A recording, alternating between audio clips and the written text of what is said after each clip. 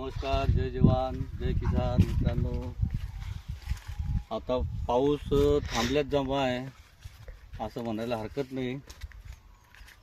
कोरडं वातावरण आहे, ऊन आहे. कपाशीचं सीड चांगला आहे आमचा. तर तूर तर डोक्यावरून गेली.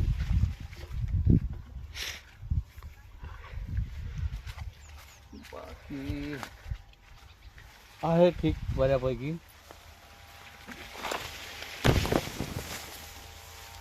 पण खरं म्हणजे ह्या गेल्या काही दिवसात पडलेल्या पावसामुळं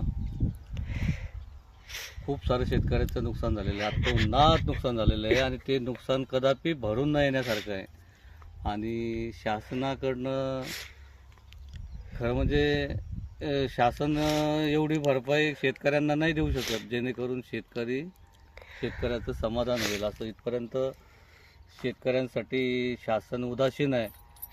भांडवलदाराचं एखादा जर व्यवसाय बुडाला तर त्या व्यवसायाला म्हणजे व्यवसाय सुरू करण्यासाठी शासन करोडो रुपये हातभार करतं लावतं.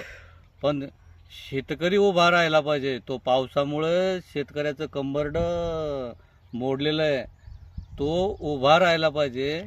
याच्यासाठी मात्र सरकार काहीच करणार नाही. मित्रांनो, आपला भारत देश कृषी प्रधान देश आहे आणि असं असून सुद्धा शेतकऱ्यांच्या प्रश्नाकडं गांभीर्यपूर्वक बघितल्या जात नाही. देवेंद्र फडणवीस साहेबांनी सांगितलं, आपल्या मुख्यमंत्र्यांनी, की ओला दुष्काळ जाहीर करण्याची परिस्थिती नाही असं तो म्हणतो.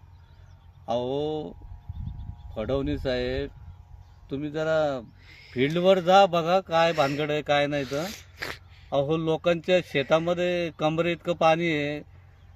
पंचनामा करायला येणारे लोक विचारतात की कोणता माल तुमच्या शेतात कोणता माल होता. म्हणजे शेतात असलेला माल सुद्धा दिसत नव्हता, इतकं पाणी शेतामध्ये होतं. आणि असं असताना फडणवीस साहेब म्हणतात की ओला दुष्काळ जाहीर करण्या इतपत परिस्थिती नाही महाराष्ट्राची.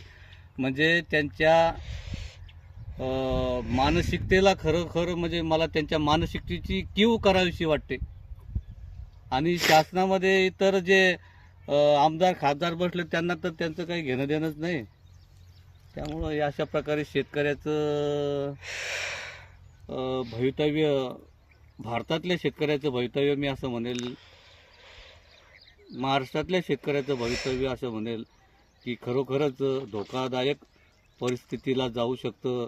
जर शासनाने, जर राज्यकर्त्याने, जर लोकप्रतिनिधीने जर यावर विचार केला नाही, शेतकऱ्याच्या हिताचे काही निर्णय घेतले नाही, तर निश्चितच धोक्याची परिस्थिती निर्माण होऊ शकते.